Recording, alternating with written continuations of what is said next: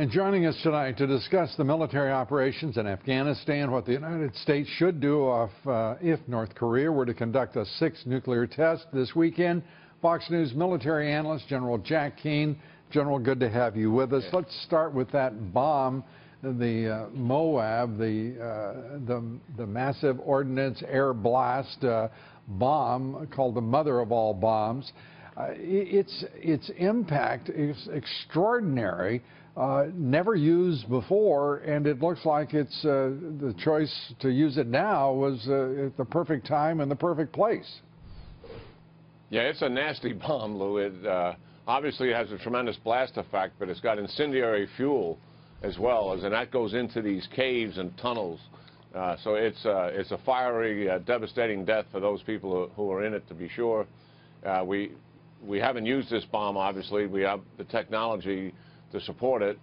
There's another bomb that we have as well, as a deep penetrator that goes down to get secret sites that are 200 feet down or whatever. It's classified how far that bomb goes. So this is advanced technology that other countries truly do not have. And this not only, of course, devastating to the Islamic State, and I would think would put Pakistan on notice as well, that refuge is no longer going to be permitted. That's an inference on my part. Your thoughts? Yeah, well, that's part of it, to be sure.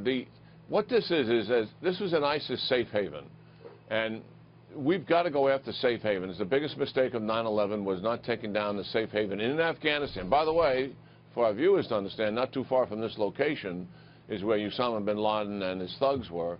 We let that stay, and we got 9/11. So when we find safe havens like this, we got to go after it. This is ISIS.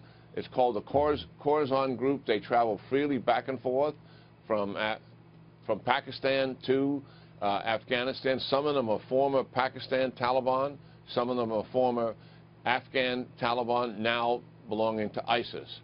So this is we had good intelligence. It's a good target. And Nicholson did not want Afghan infantry having to go in there. They tried it once, took casualties, and this was a much better answer than that. So his message was to destroy ISIS. Other people certainly seeing the weight of military power by the United States get other messages from it, to be sure.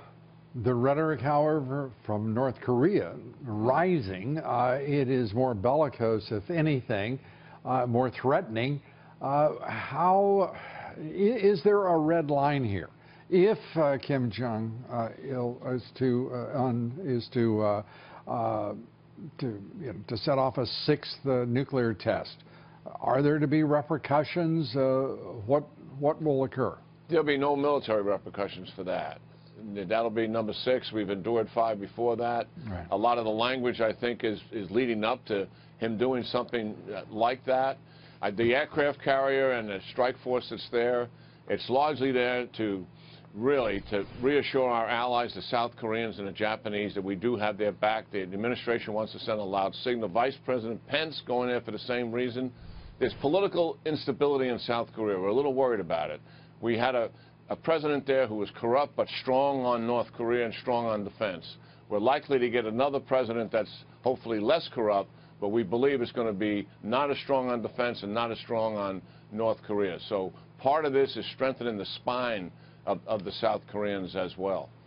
And as we go into this weekend, China issuing a warning to both North Korea, it seemed, and the United States, suggesting that any party that permits this to spiral out of control, that is the threats, the escalating threats and the rhetoric, would have a historical responsibility, a clear warning to both countries, but at the same time it was not a specific warning to North Korea, nor is there the focus on constraining North Korea that I'm sure the President would have liked to have seen.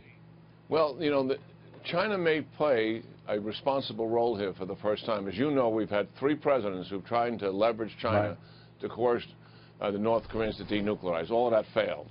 But on Wednesday night, President Xi called our president, spoke for an hour, takes a little time going through interpreters, and he told our president, as a follow-up to the Mar-a-Lago bilateral discussions they had, something that was pretty stunning. He said, I'm willing to move and take some action to help to denuclearize North Korea. If that turns into action, and it's not just rhetoric, that is a major, major foreign policy achievement, and certainly that would change the whole security situation in that part of the world. We have to see if that really turns into implementation, which will get some results. But that statement alone is something his predecessors haven't made. All right. And as you say, now all that has to happen is it be turned to action, and that we'll know in relatively short order, it seems, given the way things are going between North Korea and the United States right now.